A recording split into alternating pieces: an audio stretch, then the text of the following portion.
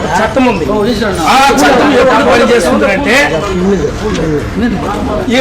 ఈరోజు సంపద లేకుండా ఇప్పుడు జీతాలకు దానికి మాకు డబ్బులు వేతనం, కాంట్రాక్ట్ కార్మికులను పర్మనెంట్, అవుట్ సోర్సింగ్ కార్మికులను పర్మనెంట్, అవుట్ సోర్సింగ్ కార్మికులను పర్మనెంట్, అవుట్ సోర్సింగ్ కార్మికులను పర్మనెంట్, అవుట్ సోర్సింగ్ కార్మికులను పర్మనెంట్, అవుట్ సోర్సింగ్ కార్మికులను పర్మనెంట్.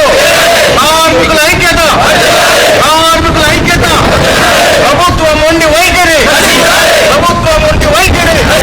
ప్రభుత్వం ఆ సమస్యలు తీరే వరకు, ఆ సమస్యలు తీరే వరకు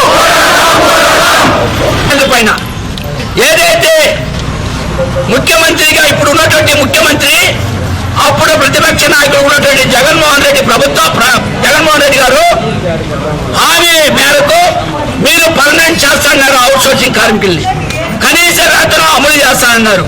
వాళ్ళు ఉన్నటువంటి పెండింగ్ సమస్యలంతా కూడా పరిష్కారం చేస్తానన్నారు. కానీ ఇంతవరకు చేయలే.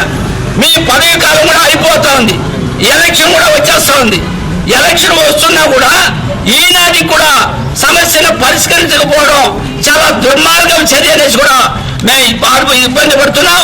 అందుకోసమే ఈ యొక్క ఇంజనీరింగ్ విభాగంలో కార్మికులు, స్కిల్ కార్మికులు, పంప్ ఆపరేటర్లు, ఫిట్టర్లు, ప్లంబర్లు, ఎలక్ట్రీషియన్లు, సంబంధించినటువంటి వాటర్ వర్క్స్ మెన్లు మొత్తం కూడా ప్రజాసేవ ఈ ప్రభుత్వానికి మంచి పేరు రావాలంటే వీళ్ళు అన్ని పనులు ప్రజలకు అందిస్తే, సేవలు అందిస్తే తప్ప మీ ప్రభుత్వానికి మంచి పేరు వచ్చే గుర్తింపు రాదు.